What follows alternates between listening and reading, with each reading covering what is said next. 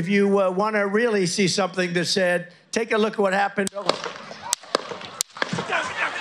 নির্বাচনী প্রচারের মঞ্চে ডোনাল্ড ট্রাম্পের বক্তব্যের মাঝেই মুহুর্মুহু গুলির শব্দ। আতঙ্কে নুয়ে পড়েন সাবেক মার্কিন প্রেসিডেন্ট। মুহূর্তেই নিরাপত্তা বাহিনী সিক্রেট সার্ভিস তাকে ঘিরে ফেলে। শুরু হয় হইচই হট্টগোল। কিছুক্ষণের মধ্যেই রক্তাক্ত অবস্থায় উঠে দাঁড়ান ট্রাম্প। দেখা যায় ডান কান থেকে অঝরে ঝরছে রক্ত।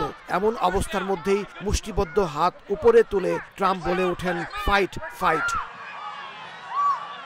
পাশেই একটি গাড়িতে নিয়ে তোলা হয় ট্রাম্পকে। নেওয়া হয় স্থানীয় হাসপাতালে। কয়েক ঘন্টা পর সেখান থেকে ছাড়া পান তিনি। স্থানীয় সময়ে শনিবার সন্ধ্যা 6:15টার দিকে পেনসিলভেনিয়া অঙ্গরাজ্যের বাটলার এলাকায় নির্বাচনী প্রচারণায় ভয়াবহ এ হামলার ঘটনা ঘটে। এতে প্রাণ হারিয়েছেন দর্শক সারিতে থাকা একজন, গুরুতর আহত হয়েছেন আরো 2 জন। সিক্রেট সার্ভিসের সদস্যদের গুলিতে নিহত হন সন্দেহভাজন হামলাকারীও। প্রত্যক্ষদর্শীরা ও সিক্রেট সার্ভিস জানায়, সমাবেশস্থলের কাছে একটি একতলা ভবনের ছাদ থেকে মঞ্চ লক্ষ্য করে পরপর কয়েক রাউন্ড গুলি করা হয়।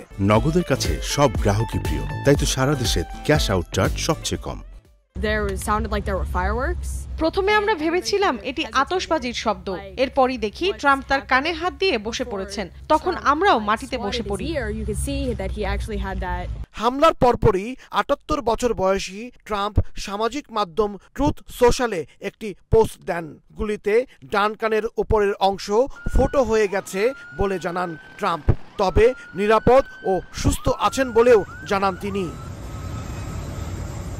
এরই মধ্যে নিহত হামলাকারীর পরিচয় প্রকাশ করেছে নিরাপত্তা বাহিনী। 20 বছর বয়সী থমাস ম্যাথিউ ক্রুকস পেনসিলভেনিয়ার ব্যাটেল পার্কের বাসিন্দা বলে জানিয়েছে কেন্দ্রীয় তদন্ত সংস্থা FBI।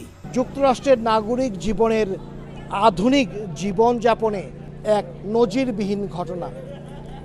সাবেক মার্কিন প্রেসিডেন্ট ডোনাল্ড ট্রাম্প তার নির্বাচনী সভায় গুলিবিদ্ধ হয়েছেন। এই ঘটনার পর শুধু পেনসিলভেনিয়ার বাটলার শহর নয়, পুরো যুক্তরাষ্ট্রের বিভিন্ন অঙ্গরাজ্যের শহরে এখন আতঙ্ক বিরাজ করছে। সবার মধ্যেই একটি প্রশ্ন, এই চলতি বছরের নভেম্বরের 5 তারিখে যে নির্বাচন হবে, সেই নির্বাচন কতটুকু নির্বিঘ্ন হবে, কতটুকু শান্তিপূর্ণ হবে, এ নিয়ে প্রশ্ন দেখা দিয়েছে। হাসানুজ্জামান সাকি, সময় সংবাদ, নিউ ইয়র্ক, যুক্তরাষ্ট্র।